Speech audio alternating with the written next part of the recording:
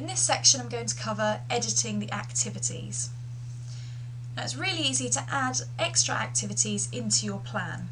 So let's say that for day 2's teaching, I know that my 2-dot group are going to get through this group activity very quickly. So I want to plan in a second activity as a follow-up, so that I've got something ready to hand straight to them as soon as they need it. So you notice now I've got my cursor in that cell, there's a link that's appeared saying add. If I move to another cell, you can see that link there. I'm going to click on the word add, and then I'm going to start searching for a suitable activity from the I-Planner database. I can filter by year number, and that will give me option of any year groups for which I have objectives planned into that day. So because I added a year 3 objective earlier into my week, I can access that year 3 objective here. I'm going to stick with year 4 for now, and these are the 3 objectives currently planned in for that day.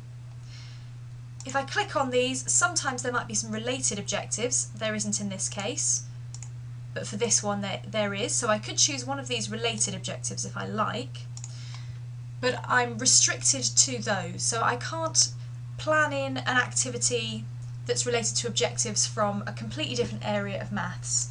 I would have to plan those objectives into my objectives column first.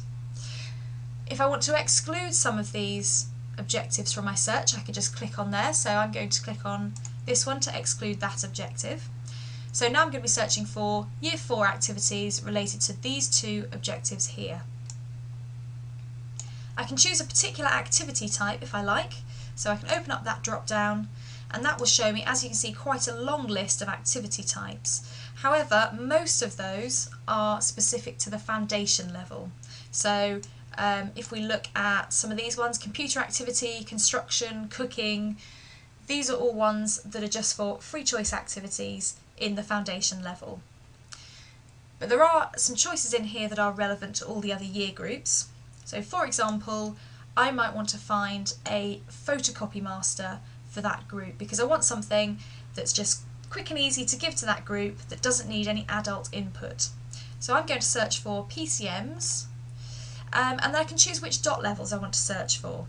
This is for my 2-dot group, so let's say I want to choose something that's suitable for either a 2-dot or a 3-dot. Perhaps I've got some children in that group who are capable of working at a slightly higher level.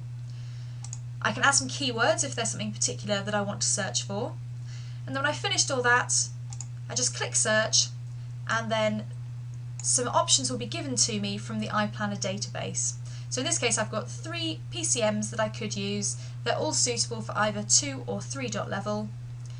And I can click on these hyperlinks here to open up some information about the activity. So if I click on this first one, I can see the objectives that PCM covers, and I have a hyperlink here to open up the actual PDF of that PCM so that I can have a look at all the details of it and decide whether I think it really is right for that group. Once I've decided on an activity, I can just tick the box next to that activity and click add.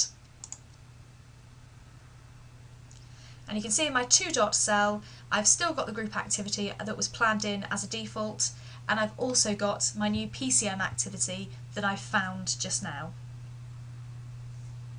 I can also replace the default activities in the same way. So perhaps I want to find a replacement activity for my 1-dot group for that day.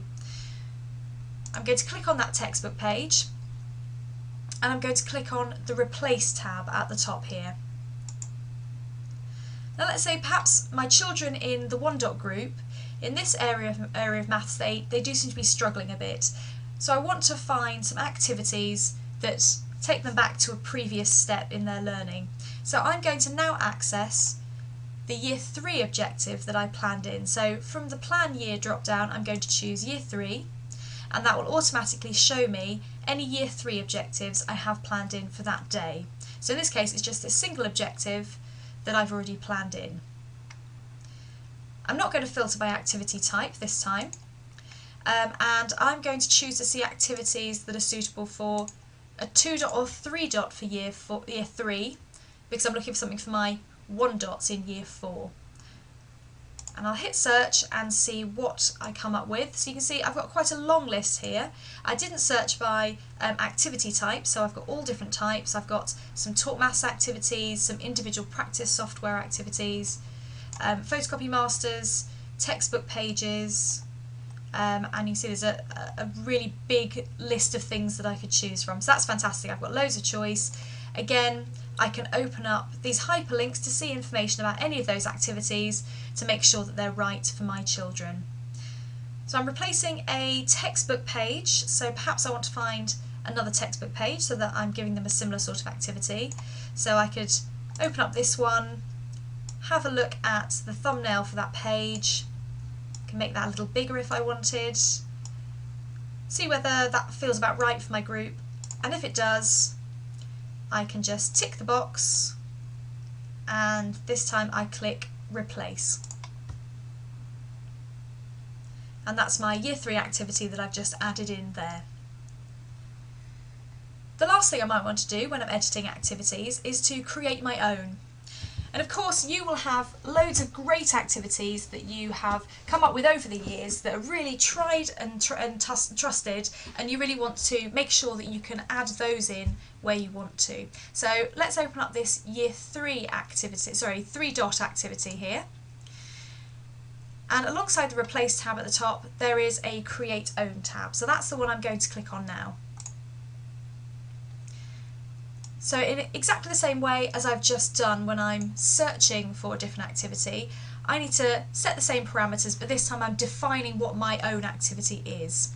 So it's set up for year 3 because that's what I was just on, so I'm going to change that to year 4 because this is my 3-dot group.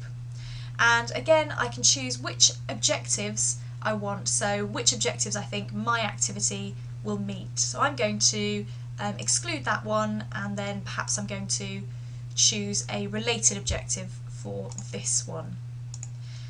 I need to decide what dot level I think my activity is suitable for, so I'm going to say mine's suitable for a 3-dot and perhaps 4-dot as well.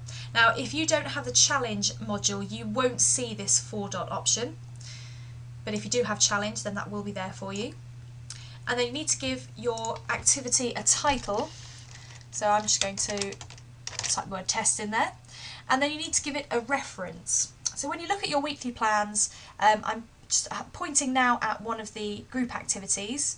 You can see a reference A1.A.1. When I enter a reference here, it will come up in this position in the weekly plan. So I could either come up with a numbering system for my own activities, or I could just do an abbreviated version of the title so that I've got a quick reminder of what that activity is. So I'm just going to call that test as well, and I need to add a description of my activity, so that can be whatever you want, and I believe as long as you want.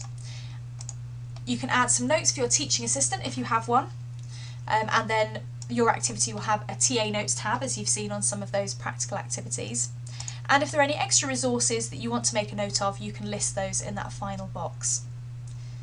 The last thing you can do is to upload a file to associate with that activity. So perhaps you've got a photo you want to use as stimulus, you've got a worksheet that you've put together, you've got a video you found somewhere, you can upload that file.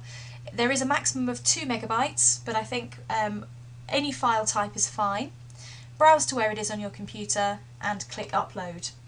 And then when you're done, click create this activity. So I guess there's one I've just set up here. So that's added that into my plan. What it has also done is it's added the activity into the I-Planner database just for my school. So if another teacher searches for those year 4 objectives, they will come up with my activity in the list. So they can have a look at my activity, plan it into their plans if they like. So it's a really nice way of sharing best practice. One more thing I can change with the activities, if I scroll down you can see there are some T's and in some cases TAs that appear below the activities. So these are some suggestions for you for your classroom support. So as a default we will suggest which activities we think will most benefit from the teacher being present, and which ones might benefit from a teaching assistant being present. And of course you want to be able to change these, so perhaps you don't have a TA that day, you want to open that drop down and select the blank there.